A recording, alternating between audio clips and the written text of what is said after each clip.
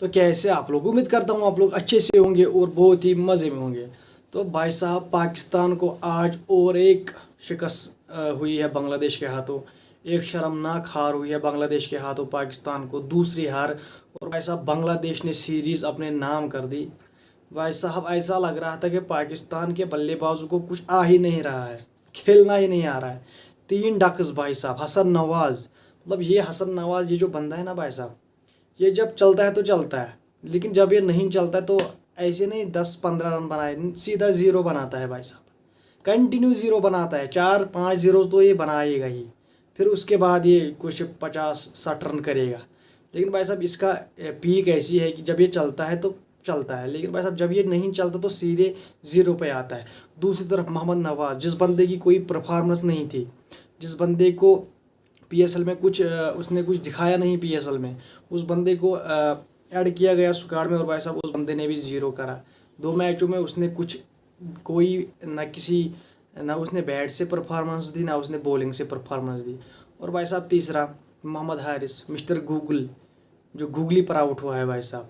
Mister Google is out in googly, समझ रहे हो आप। तो भाई साहब ये हाल है। और भाई साहब दूसरी तरफ फ़हीम अशरफ, जिसे ये कहते थे भाई साहब कि ये पर्ची है, उसने बोला है, इसने बोला है, भाई साहब उस बंदे ने आज थोड़ी इज्जत बचा ली पाकिस्तान की।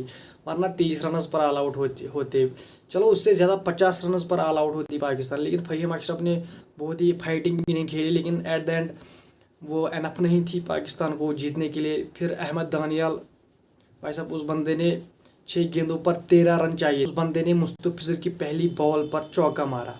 फिर कितने रहे, 5 गेंदों पर 9 रन। और भाई साहब फिर मुस्तफिजर ने स्लो बॉल मारी, और भाई साहब उसने लप्पा घुमाया, ऐसा घुमाया कि मुझे लगा छक्का हो गया। लेकिन भाई साहब एट द एंड बाउंड्री के पास उसको कैच पकड़ा गया, और भाई साहब बांग्लादेश ने 8 रनों से जीता। और भाई साहब बांग्लादेश ने 133 रन किए थे, और भाई साहब पाकिस्तान ने 125। और भाई साहब बांग्लादेश ने इसी के साथ पाकिस्तान को T20 सीरीज़ हरा दी है भाई साहब। आई थिंक हिस्ट्री क्रिएट कर दी है पाकिस्तान को, उन्होंने पहली बार T20 सीरीज़ हरा दी है। आई थिंक 2021 में पाकिस्तान ने टूर किया था बांग्लादेश का, वहाँ पर पाकिस्तान ने बांग्लादेश को बांग्लादेश में हराया था, जब बाबर रिजवान वगैरह खेल रहे थे, शाहीन। तो भाई साहब तब पाकिस्तान ने बांग्लादेश को बांग्लादेश में हराया। तो चलो, अब मॉडर्न डे क्रिकेट चाहिए पाकिस्तान को, लेकिन भाई साहब आपको कंडीशन उसको रेस्पेक्ट देनी पड़ती है। मतलब जिस तरह की विकेट बांग्लादेश बनाता है भाई साहब, वहाँ पर ऑस्ट्रेलिया फंस जाता है। पाकिस्तान क्या चीज़ है, वहाँ पर इंडिया फंसता है भाई साहब इन पिचेस पर। इंडिया ODI सीरीज़ हारता है इन पिचेस पर बांग्लादेश में। तो भाई साहब फिर पाकिस्तान कौन सी बला है भाई साहब, आपको रेस्पेक्ट देनी चाहिए कंडीशनर्स की। आपको चाहिए थे कि आप थोड़ा सीनियर्स को भी आई थिंक ऐड कर दे। मेरे हिसाब से बाबर को तो आपको ऐड करना था T20 स्क्वाड में इस सीरीज़ की, क्योंकि भाई साहब कंडीशंस ऐसी थी। I think Babar in conditions में अच्छा खेलता था कि खेलता है। तो भाई साहब दूसरी तरफ अगर आप बात करो भाई साहब, बाबर आजम एंड मोहम्मद रिजवान के एंड शाहीन अफरीदी के फैंस बहुत खुश भाई साहब, वो दिख रहे हैं अभी फेसबुक पर, सिर्फ कहते हैं कि भाई साहब ये लो, ये थी आपकी मॉडर्न डे क्रिकेट। भाई साहब सिर्फ बाबर आजम के पोस्ट, रिजवान के पोस्ट, भाई साहब मैंने आपको बोला था ये बंदे आपको हराएंगे भी और आपको जिताएंगे भी। लेकिन भाई साहब पाकिस्तान मिस कर रहा है लाहौर के पिचेस को, लिटरली कह रहा हूँ, आई एम टेलिंग यू भाई साहब, मिस कर रहा है लाहौर के पिचेस को। यहाँ तक कि जो इनका कोच है, क्या नाम था उसका,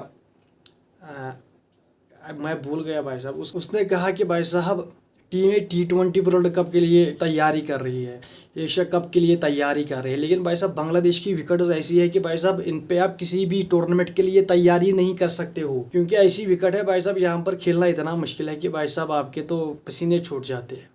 और भाई साहब सलमान अली आगा ने बोला था प्रेस कॉन्फ्रेंस में कि भाई साहब बांग्लादेश को बांग्लादेश में हराना इट इज़ वेरी डिफ़िकल्ट, क्योंकि बांग्लादेश में एक स्ट्रॉन्ग टीम होती है भाई साहब। क्योंकि भाई साहब अपनी कंडीशन में वो ऐसी ही विकेट बनाते हैं, चाहे आप T20 खेलो, चाहे आप वनडे खेलो, चाहे आप टेस्ट खेलो, बिल्कुल सेम ऐसी विकेटें मिलेगी आपको।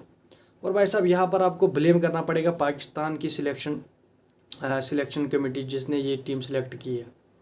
भाई साहब कोई फास्ट बॉलर तो मतलब हसन अली कहाँ गया भाई साहब।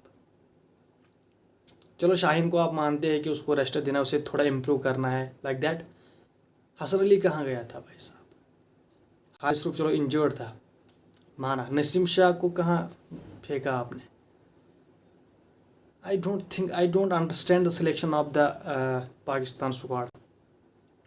तो भाई साहब ये सीन चल रहा है भाई साहब। और पाकिस्तान आज, बांग्लादेश आज बहुत खुशियाँ मनाएगा, क्योंकि एक तरफ उनके वहाँ पर एक उनके एयरफोर्स का प्लेन क्रैश हुआ था भाई साहब।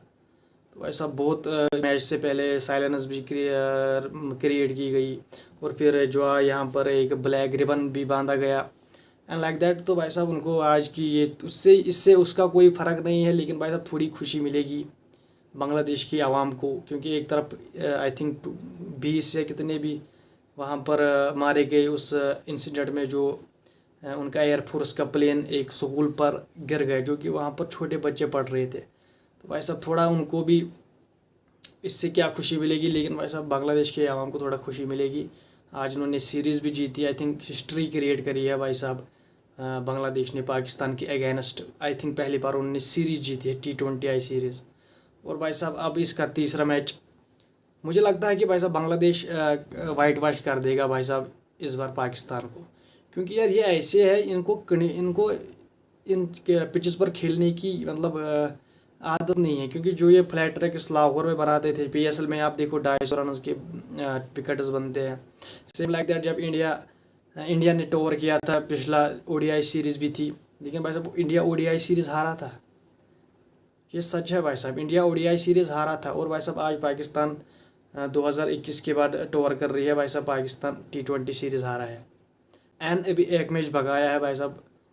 तो भाई साहब मुझे लगता है कि बांग्लादेश वाइट वॉश भी कर सकता है पाकिस्तान को, क्योंकि फिर तो भाई साहब दूसरी तरफ अब तो अगर ये मैच हारे तो भाई साहब फिर तो Babar Rizwan in and this guys are out, क्योंकि मुझे नहीं इतनी जल्दी से वहाँ पर चीज़ें बदलती है भाई साहब, जितनी जल्दी बच्चों के डायपर नहीं बदल दिए जाते, क्योंकि ऐसा मुझे लग रहा है कि अब मौका भी मिल गया जो बाबर आजम एंड रिजवान के हक़ में है, उनको इससे बड़ा मौका क्या चाहिए। टीम ने सीरीज़ हारी है भाई साहब, ये नहीं कि यंग टीम है थोड़ा सपोर्ट करेंगे, लेकिन भाई साहब वो तो इनको छोड़ेंगे नहीं, क्योंकि मुझे पता है पाकिस्तान के लोगों का, उनके जो फैन बेसेस है, उनके जो सोशल मीडिया एजेंट वगैरह है, तो उनका मुझे पता है भाई साहब। सिर्फ बाबर आजम के अब पोस्टर्स आप देखोगे फेसबुक पर, रिजवान पर, अगर ये होते तो ये नहीं होता, अगर वो होते ये नहीं होता, लाइक दैट।